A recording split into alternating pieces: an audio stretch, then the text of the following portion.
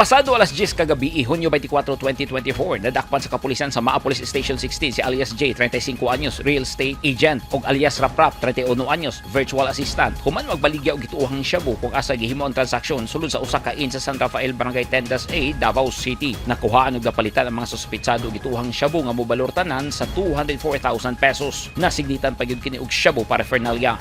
Sikop sab sa mga pulis sa Ecoland Police Station bandang alas 8 kagabii ang usa ka alias Jerry, 36 anyos, driver, ug alias Sally, 45 anyos, sulod gihapon sa usa ka in sa Agdaw, Davao City. Nakuhaan og napalitan og gituohang shabu ang mga suspect nga mobalor sa 72,896 pesos.